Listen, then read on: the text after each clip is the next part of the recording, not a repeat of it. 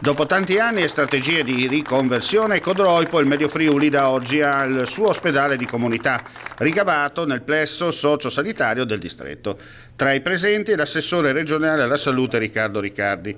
La struttura può mettere a disposizione della collettività 40 posti letto, 12 dei quali per l'hospice e 8 per il SUAP. I lavori, iniziati nel novembre 2022, hanno potuto godere di un finanziamento complessivo che sfiora i 9 milioni e 300 mila euro, in gran parte garantiti da risorse dirette della Regione.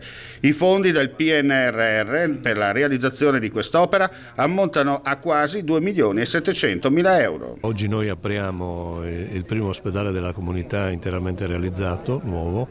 Ci sono altre funzioni che sono già presenti sul territorio regionale, ma questa è la prima edificazione che ha delle coperture legate ai fondi PNRR e fondi regionali. Nel corso dell'inaugurazione è stato spiegato che si tratta di una struttura all'avanguardia sotto l'aspetto funzionale, prestazionale, di sicurezza antisismica e di compatibilità ambientale, perfettamente inserita nel contesto naturalistico che la abbraccia. Quindi obiettivi che vengono anticipati rispetto al 2026, quindi noi stiamo procedendo in un programma importante che da questo punto di vista vede circa un centinaio di milioni di euro, metà dei quali più o meno sono di fonte PNRR e le altre arrivano dal bilancio della Regione.